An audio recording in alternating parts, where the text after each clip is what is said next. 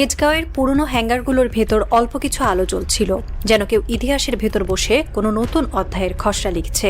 সেখানে কয়েকজন মানুষ, সামরিক পোশাকে, মুখে গম্ভীরতা, কিন্তু চোখে অদ্ভুত উজ্জ্বলতা। টেবিলের মাঝখানে ছড়ানো কিছু নীল নকশা, ডানায় লাল সবুজ পতাকার ছাপ, নিচে হাতের লেখা বাংলাদেশ বিমান বাহিনী ইউএভি প্রকল্প 2026। এক তরুণ অফিসার ধীরে দরজা ঠেলে ঢুকল। তার হাতে একটা ফাইল, মুখে চাপা উত্তেজনা। স্যার, সে বলল, অর্থ মন্ত্রণালয়ের ফাইলটা সই হয়ে গেছে। ঘরে নিঃশব্দতার তরঙ্গ ছড়িয়ে পড়ল। মুহূর্তের ভেতর কেউ কিছু বলল না, শুধু বাতাসের হালকা শোষ শব্দ আর দেয়ালে ঝুলে থাকা পুরনো ঘড়ির টিকটিক আওয়াজ। বয়সে প্রবীণ এক এয়ার ভাইস মার্শাল চোখ তুলে তাকালেন। চশমার ওপার থেকে তার দৃষ্টি যেন সবার বুক ভেদ করে গেল। মৃদু হাসলেন তিনি, বললেন, ইতিহাস কখনো রাতারাতি লেখা হয় না, কিন্তু আজ রাতটা মনে হচ্ছে তার ব্যতিক্রম। তার পাশে বসা আরেক অফিসার নিঃশব্দে বলল, স্যার, আমরা কি নিশ্চিত এর পরিণতি বড় কঠিনও হতে পারে? বৃদ্ধ কর্মকর্তা গভীরভাবে তাকালেন জানালার দিকে। বাইরে কুয়াশার ফাঁকে একটা তারা ঝলসে উঠল। তিনি ধীরে বললেন, যখন একটি জাতি নিজের পায়ে দাঁড়াতে শেখে, তখন পৃথিবীর কোনো ঝুঁকি তার জন্য ভয় না, বরং সেটাই তার আলো। এক মুহূর্তের জন্য সবাই চুপ। তারপর একজন টেবিলের পাশে থাকা মডেলটির দিকে এগিয়ে গেল। একটি ক্ষুদ্র ধাতব ড্রোন, যার ডানায় আঁকা লাল সবুজ।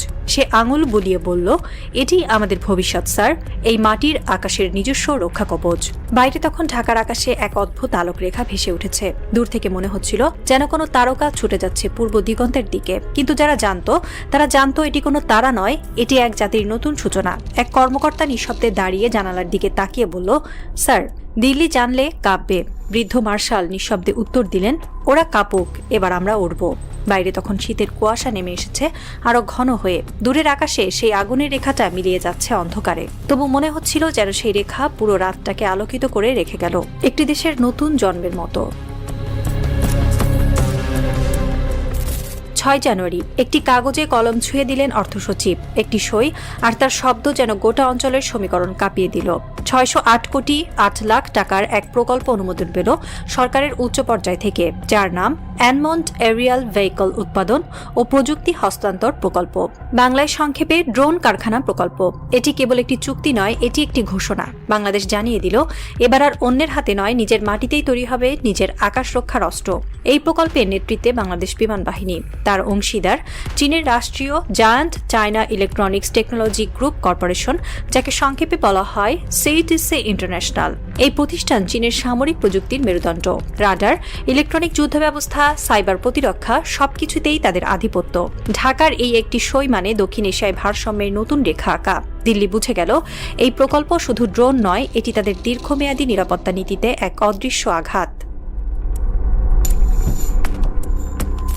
608 কোটি 8 লাখ টাকার এই প্রকল্পের মূল অংশ 570 কোটি টাকা যাবে চীনে, সরকার থেকে সরকারের মধ্যে সরাসরি চুক্তির মাধ্যমে। কোনো মধ্যস্থত্বভোগী নেই, কমিশন নেই, গোপন এজেন্টও নেই। সবচেয়ে আশ্চর্যের বিষয়, অর্থ মন্ত্রণালয় এই বিশাল অর্থ একবারে দেয়নি, 4 অর্থবছরে ভাগ করা হয়েছে। প্রথম বছর 106 কোটি, এরপর 2 বছর 150 কোটি করে, আর সর্বশেষ বছর 154 কোটি 60 লাখ টাকা। এমন সূক্ষ্ম অর্থনৈতিক পরিকল্পনা মানে শুধু হিসাব নয়, এটি কূটনৈতিক দূরদর্শিতারও প্রমাণ। অর্থ মন্ত্রণালয় দিয়েছে 5টি কঠোর শর্ত। 1 টাকাও যেন অপচয় না হয়, প্রতিটি পয়সা যেন জাতীয় নিরাপত্তার কাজে লাগে। শর্তের মধ্যে ছিল, বিমান বাহিনীর নিজস্ব বাজেটের মধ্য থেকেই সব ব্যয় করতে হবে, অতিরিক্ত কোনো বরাদ্দ নয়। বাংলাদেশ আর কারো করুণা নয়, নিজের শৃঙ্খলায়, নিজের গর্বে শক্তি করছে। সিটিসি বা চায়না ইলেকট্রনিক্স টেকনোলজি কর্পোরেশন হল বিশ্বের অন্যতম বৃহৎ সামরিক ইলেকট্রনিক প্রতিষ্ঠান। তাদের প্রযুক্তি এখন ব্যবহৃত হয় 110টিরও বেশি দেশে। রাডার, ড্রোন, যোগাযোগ ব্যবস্থা, আগাম সতর্কতা প্রযুক্তি, সবখানেই তাদের আধিপত্য। এই প্রতিষ্ঠানের সঙ্গে চুক্তি মানে শুধু একটি মেশিন নয়, এটি হলো এক নতুন কৌশলগত জোট। বাংলাদেশ এখন যে প্রযুক্তি হাতে পাচ্ছে তা পাকিস্তান ও চীনের সমমানের। এটাই ভারতের সবচেয়ে বড় দুঃস্বপ্ন। এক ভারতীয় প্রতিরক্ষা বিশেষজ্ঞ দিল্লির এক সংবাদ মাধ্যমে মন্তব্য করেন, বাংলাদেশ এখন চীনের সামরিক নেটওয়ার্কের অংশ হয়ে যাচ্ছে। এটি দক্ষিণ এশিয়ায় ভারতের প্রভাব কমিয়ে দেবে। কিন্তু ঢাকায় কেউ কিছু বলেনি, শুধু একটি বাক্য ফিসফিস করে শোনা যায়, আমরা নিজের আকাশ নিজের হাতে রক্ষা করব। চীনের প্রাথমিক প্রস্তাবে প্রকল্পের খরচ ধরা হয়েছিল 643 কোটি 61 লাখ টাকা, কিন্তু বাংলাদেশি কর্মকর্তারা বসেছিলেন প্রস্তুতি নিয়ে। গত নভেম্বরে ঢাকায় অনুষ্ঠিত বৈঠকে বিমান বাহিনীর প্রতিনিধি দল একে একে প্রমাণ দেখায় বাংলাদেশ নিজেই কিছু অংশ স্থানীয়ভাবে তৈরি করতে পারবে, ফলে খরচ কমাতে হবে। চীনারা অবাক হয়ে যায়। শেষ পর্যন্ত ৩৫ কোটি টাকারও বেশি কমিয়ে চূড়ান্ত চুক্তি দাঁড়ায় ৬০৮ কোটি ৭ লাখ টাকায়। এই দর কষাকষি শুধু অর্থনৈতিক নয়, এটি ছিল এক আত্মবিশ্বাসের ঘোষণা। বাংলাদেশের ক্রেতা নয়, সে এখন স্বনির্ভর খেলোয়াড়, যে নিজের শর্তে চুক্তি করে, নিজের স্বার্থেই হিসাব মেলায়। সরকারি কর্মকর্তারা এখন অদ্ভুত নীরব। অর্থ উপদেষ্টা সালাউদ্দিন আহমেদকে সাংবাদিকরা প্রশ্ন করেছিল, ড্রোন প্রকল্প নিয়ে কিছু বলবেন? তিনি হাসলেন, বললেন, সব জানবেন সময় হলে। আইএসপিআর এর সহকারী পরিচালক আয়শা সিদ্দিকাও বললেন, বিমান বাহিনীর অনুমতি ছাড়া আমরা কিছু বলতে পারবো না। এই নীরবতাই বলে দেয় সবকিছু। কারণ যে রাষ্ট্র প্রকল্পের ভেতরকার কথা চুপচাপ রাখে, সে জানে তার পরিকল্পনা শুধু সামরিক নয়, এটি কূটনৈতিকও। একটি উচ্চ পর্যায়ের সভার কার্য বিবরণী ফাঁস হয়েছে, যেখানে লেখা আছে চীনের সঙ্গে প্রযুক্তি হস্তান্তর চুক্তির মাধ্যমে বাংলাদেশে ইউএভি উৎপাদন কারখানা স্থাপন করবে বিমান বাহিনী। সভায় সভাপতিত্ব করেছিলেন বিনিয়োগ উন্নয়ন কর্তৃপক্ষের চেয়ারম্যান চৌধুরী আশিক মাহমুদ। তিনি এতটাই সতর্ক ছিলেন যে মেসেজ দেখেও কোনো সাংবাদিককে উত্তর দেননি। নীরবতা কখনো কখনো সবচেয়ে প্রবল অস্ত্র। একসময় বাংলাদেশ বিদেশ থেকে ড্রোন কিনত, তুরস্ক, চীন, রাশিয়া, যেখানেই যাওয়া লাগতো। যন্ত্রপাতি ভাঙলে বিদেশি টেকনিশিয়ানের ওপর নির্ভর করতে হতো। এখন সব বদলে যাচ্ছে।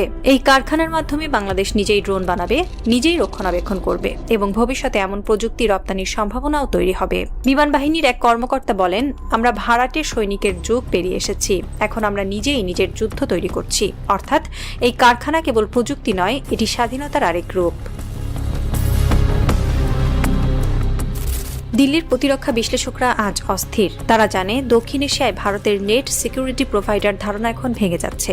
ভারতের দুটি প্রধান পত্রিকা দ্য হিন্দু ও হিন্দুস্তান টাইমস লিখেছে, ঢাকার এই সিদ্ধান্ত ভারতের কূটনীতিকে কোণঠাসা করেছে। চীনের সঙ্গে বাংলাদেশের এই অংশীদারিত্ব দক্ষিণ এশিয়ায় ভারতের একছত্র আধিপত্য ভেঙে দিয়েছে। একজন ভারতীয় সাবেক জেনারেল মন্তব্য করেন, বাংলাদেশ এখন নিজের পথে হাঁটছে, এটি আমাদের জন্য রাজনৈতিক সতর্কবার্তা। ভারতের টেলিভিশন চ্যানেলগুলো বলছে, বাংলাদেশ এখন আর ছোট ভাই নয়, বরং এক স্বাধীন আঞ্চলিক খেলোয়াড়, যার পাশে আছে চীন আর পেছনে আছে আত্মবিশ্বাসের ছায়া। ফতুল্লার পুরনো বিমান ঘাঁটির পাশে এখন চলেছে নির্মাণ কাজ। বড় বড় ক্রেন, গর্জনরত ইঞ্জিন, আর রোদে ঝলমল করছে বিশাল হ্যাঙ্গারের ধাতব ছাদ।